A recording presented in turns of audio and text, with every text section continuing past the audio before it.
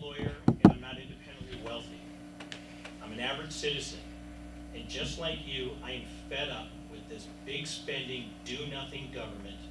And these politicians, they continue to promise forever and never deliver. They continually ignore the will of the people, just like they did with this bailout.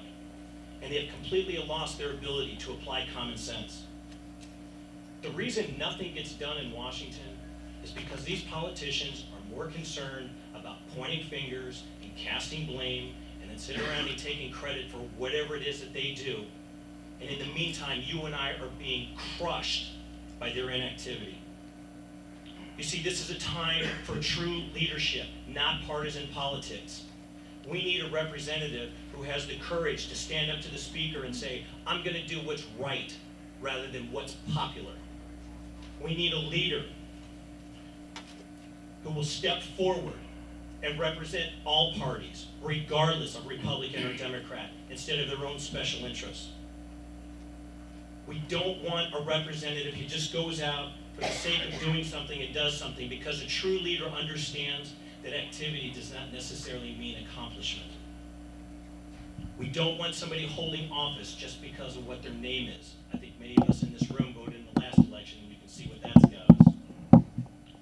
We want passion. We want conviction.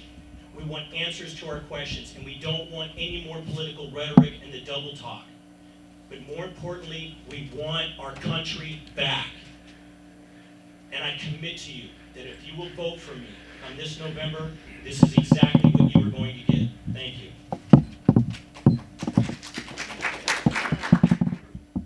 Good evening. I want to thank the League of Women Voters for their long tradition of sponsoring these forums. I want to thank you, all of you, for being here to listen to the candidates, to take the time to be informed citizens. I've had the honor to represent the 3rd Congressional District of Missouri for the last 4 years, being first elected in 2004 and re-elected in 2006.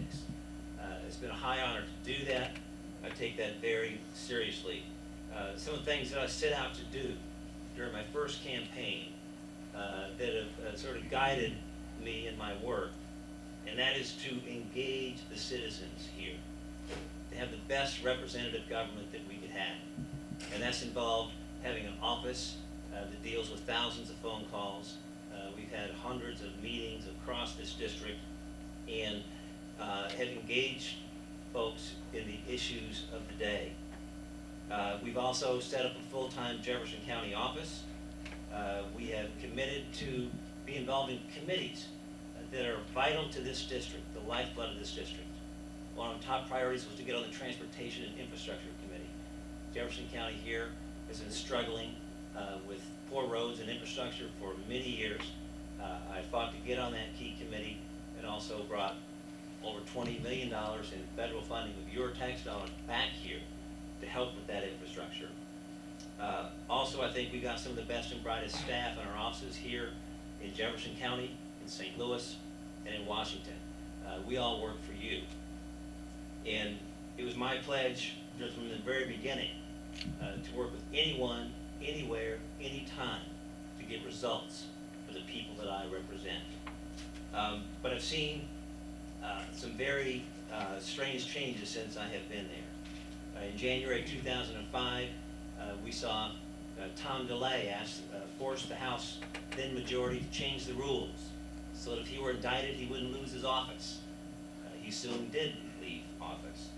We saw President Bush give a State of the Union address talking about wanting to privatize Social Security and put it at risk in the stock market.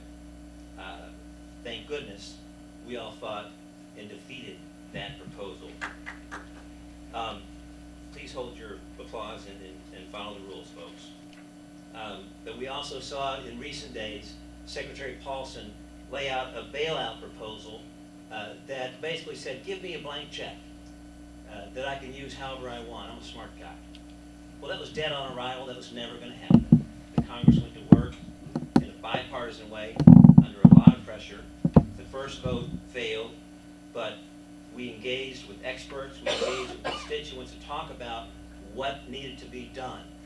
This was a serious crisis. It was impacting not just Wall Street, but folks, their home mortgages, their car loans,